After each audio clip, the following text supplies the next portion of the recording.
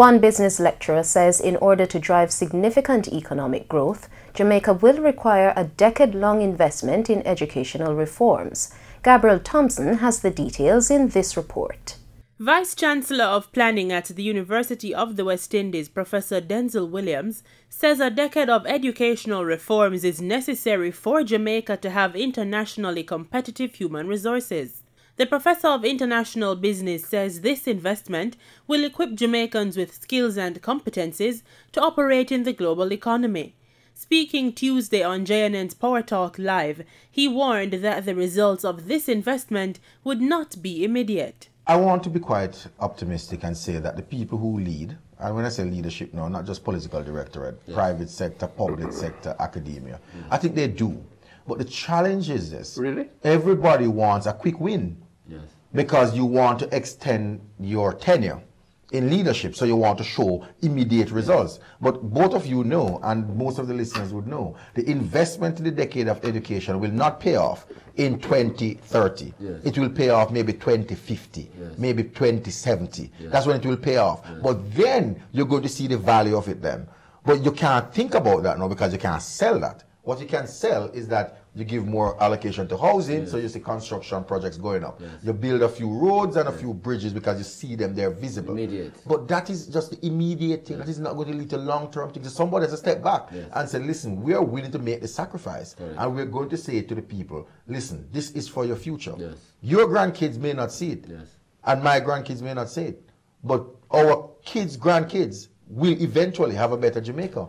But is anyone willing to make that investment today? In the meantime, Professor Williams is encouraging caution when examining statistics about economic growth.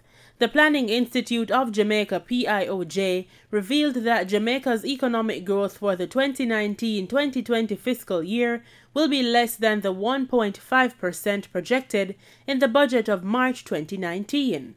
Hysteria about growth that we're now seeing and saying things are okay and we're looking in the right direction. I'm very troubled because if we are not careful, what you find within 5 to 10 years, all of this is being reversed. Yes. Gabriel Thompson, Frontline Business. They have placed the offers on the table in keeping with inflation. We have said to them that the value of the jobs have changed drastically. There are persons in the bank who are taking on more than one responsibility. They are operating under staff shortage. They are operating under tremendous changes in terms of their jobs.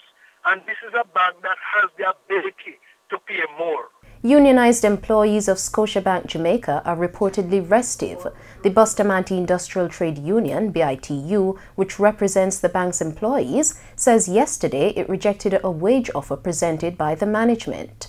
According to the union, Scotiabank is offering a 4.5% increase in year 1 and 4% in the second year.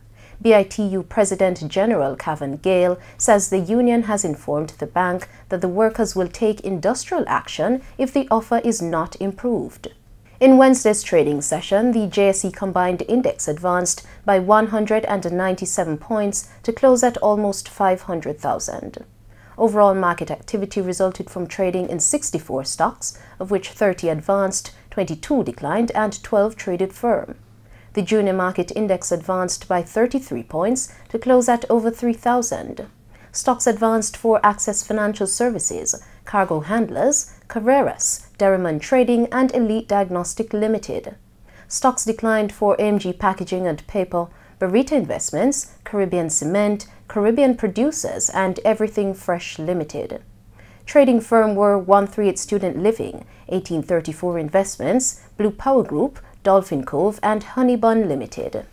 Sagicor Select Funds was the volume leader with close to 3.4 million units, followed by Wigton Wind Farm Limited with just over 3 million units and Wisinko Group Limited with 1.6 million units. And oil prices slipped on Wednesday after a much larger build in U.S. crude inventories than expected and weak Eurozone economic figures that weighed on demand sentiment, reversing gains from the previous 3 sessions. Brent crude was down 42 cents at $62.54 a barrel. Meanwhile, U.S. West Texas Intermediate WTI crude lost 12 cents, selling at $57.11 a barrel.